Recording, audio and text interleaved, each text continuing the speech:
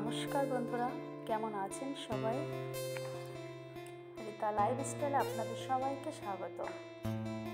তো বন্ধুরা, আজকে হচ্ছে নীল ষষ্ঠী। সবাইকে নীল ষষ্ঠীর শুভেচ্ছা।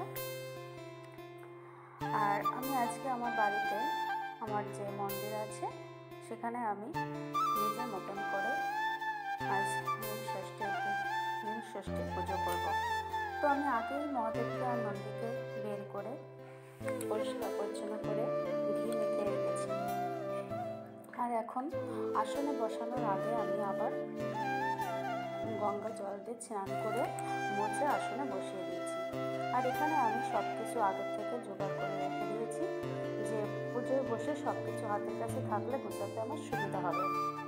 আর এখানে হচ্ছে ঠাকুরের জন্য কিছু ফুল, ধুত্র ফুল, আকন্দ ফুল, বেলপাতা, আকন্দ ফল, সাদা ফুল সব কিছুই আমি গুছিয়ে নিয়েছি। কিছু নীলকণ্ঠ আছে। তো ঠাকুরের সব থেকে প্রিয় হচ্ছে বেলপাতা। শুনেছি বেলপাতা আর গঙ্গা জল দিয়ে ঠাকুরকে জল ঢাললে ঠাকুর সন্তুষ্ট হন। তো আমার সাধ্যমতো আমি কিছু ঠাকুরের প্রিয় ফুল ফল জোগাড় করেছি, আর আমি সেগুলো দিয়েই ঠাকুরকে এখন সাজিয়ে নিচ্ছি ফুল দিয়ে। তো প্রথমে আমি 3টে বেলপাতা চন্দন মিশিয়ে, মানে চন্দন লাগিয়ে ঠাকুরের মাথায় দিয়ে দিয়েছি। আর আমার বাড়িতে আকন্দ গাছ আছে, তাই আকন্দ ফুল পেরে আমি ঠাকুরের জন্য মালা গেঁথে নিয়েছি, আর সেই মালাই আমি ঠাকুরকে পরিয়েছি। আর এই 5 ফল দিয়েছি ঠাকুরকে। আর এখানে আমি ঠাকুরের মাথায় জল ঢালার জন্য দুধ, গঙ্গা জল, ডাবের জল, ঘি, মধু মিক্সড করে একটা জল বানিয়ে নিয়েছি। আর জলের ভিতর একটু ভাং, তিল এগুলো দিয়ে দিয়েছি। আর ঠাকুরকে আমি আতপ চাল, গোটা আতপ চাল আর জব, তিল এগুলো নিবেদন করব। এগুলো নিবেদন করছি কারণ এগুলোরও কিছু সফল আছে তার জন্য। পুরোটা আমি জানি না, তার জন্য আমি বন্ধুরা তোমাদের বলতে পারলাম না। আর এবার আমি প্রদীপ এবং ধূপকাঠি জ্বালিয়ে দিয়েছি। আর বাদবাকি ঠাকুরের পাশে আমি ফুল ফল সবই দিয়ে সাজিয়ে দিয়েছি। আর ধূপকাঠি মোমবাতি জ্বালানোর পরে আমি ঠাকুরকে গায়ে, মানে ঠাকুরের মাথায় বেল, আম, মানে যে ফলগুলো আমি জোগাড় করেছি সেগুলো ওং নমঃ শিবায় বলতে বলতে শুয়ে নিয়ে রেখে দিচ্ছি। আর এরপর আমি ওং নমঃ শিবায় বলতে বলতে ঠাকুরের মাথায় জল ঢালছি।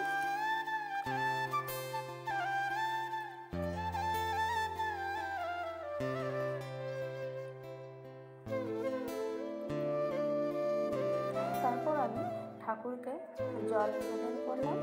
আর আমি যে একটা ফল সাবুদানা দিয়ে একটা নৈবেদ্য বানিয়েছিলাম সেটা দিলাম। তারপর আমি উলুধ্বনি শঙ্খধ্বনি দিয়ে ঠাকুরের আরতি করে নিচ্ছি।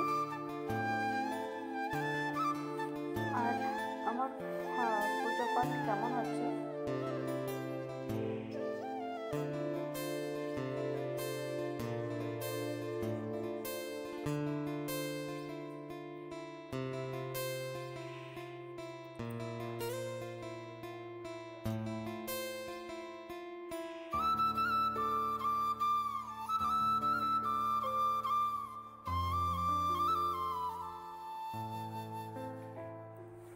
তো বন্ধুরা, আমার পুজো এখন শেষ হয়, পুজোটা এখন আমি কমপ্লিট করলাম। আর এখন আমি যখন নিচে, তো ততক্ষণে আমি ঠাকুরের মন্দিরটা বন্ধ করে রাখছি।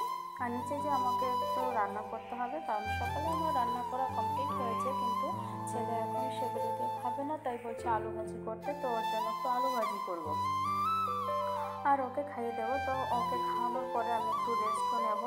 আর 3:30 নাগাদ আমি যাব। আমাদের এখানে পাশে একটা মন্দির আছে, সেখানে ঠাকুরমশাই মন্ত্র বলে পুজো করে দেন, তো সেখানে যাব জল ঢালতে। তো ছেলেকে খাইয়ে আমি শোয়ার জন্য একটু এসেছি বিছানা।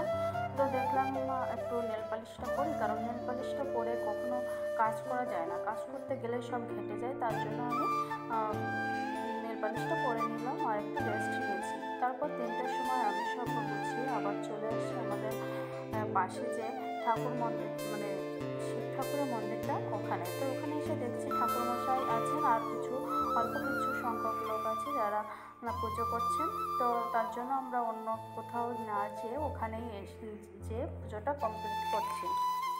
ঠাকুরমশাই একজন একজন করে জল ঢালাচ্ছেন এবং মন্ত্র বলছেন।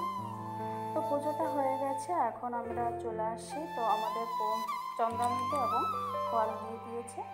আর বাড়িতে এসে কিছুক্ষণ আবার রেস্ট নেব, তারপরে সন্ধ্যায় আমি ঘির প্রদীপ জ্বালিয়েছি। তো বন্ধুরা, আমি জেনেছি নীল ষষ্ঠীর উদ্দেশ্যে একটা ঘির প্রদীপ দিতে হয়, বা একটা নয়, যার যে কয়টা সন্তান আছে সেই কয়টা ঘির প্রদীপ দিতে হয়, কারণ ঘির প্রদীপ দিলে সন্তানের মঙ্গল হয়। তো বন্ধুরা, আমার এই ভিডিওটি দেখে তোমাদের কেমন লাগছে কমেন্ট করে জানাবেন, আর পুরো ভিডিওটা দেখার জন্য আপনাদের ধন্যবাদ। আর যদি কোথাও ভালো লেগে থাকে তাহলে একটা লাইক করবেন। তো বন্ধুরা, দেখা হবে আবারও। ততক্ষণে আপনারা ভালো থাকবেন, সুস্থ থাকবেন।